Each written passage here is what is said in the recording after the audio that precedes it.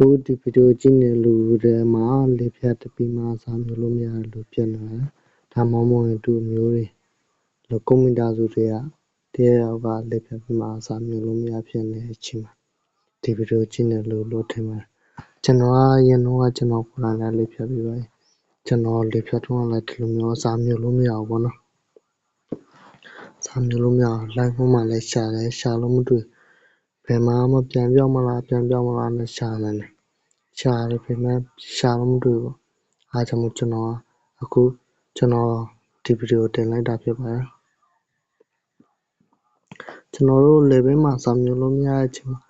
ရေကိုလည်းတောက်လို့မရရေတောက်လည်းပါစက်ထဲပြင်အောင်နာပါတော့ပါစက်ထဲပြင်ထွက်လာတယ်ရေတောင်မှမျိုးလို့မရဘာသာမှလည်းပါစက်ထဲမျိုးလို့မရကျွန်တော်ကိုယ်တိုင်လည်းဒါမျိုးဖြစ်ပါတယ်ဒါကျွန်တော်ဆေးမှနေတော့ကျွန်တော်နှာခေါင်းထဲနေအစာပိုက်တယ်နော်အရည်တွေကိုထည့်မှတလားကျော်ထိနေခဲ့အောင်အခုကျွန်တော်ပြန်ပြောင်းနိုင်ပါတယ်စိတ်မပူပါနဲ့ပြန်ပြောင်းနိုင်တယ်အကြောင်းဒီဗီဒီယိုတင်ပေးလိုက်တော့ပါ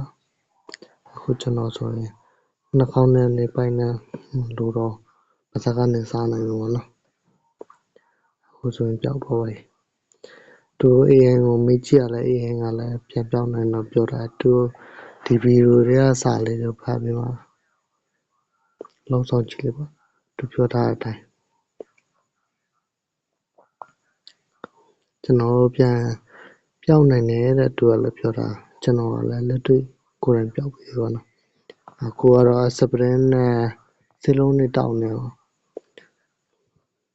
ဒီဗီဒီယိုကြည့်နေတဲ့လူကလည်းလေးဖြတ်ပြီးမှစာမျိုးလို့မရဘူးဆိုအများဆုံးပြောက်ပါစေကျွန်တော်ရဲ့ channel ကို like and share လေးနဲ့ဒီဗီဒီယို like and share လေးလုပ်ပေးပါတခြားလူတွေလည်းမြင်အောင်နော်အပြင်စီးရုံကနေလည်းအများဆုံးပြန်နိုင်ပါစေဆရာမောင်လည်းကောင်းတော့နှုတ်ဆက်ချင်နှုတ်ဆက်နိုင်ပါစေ bye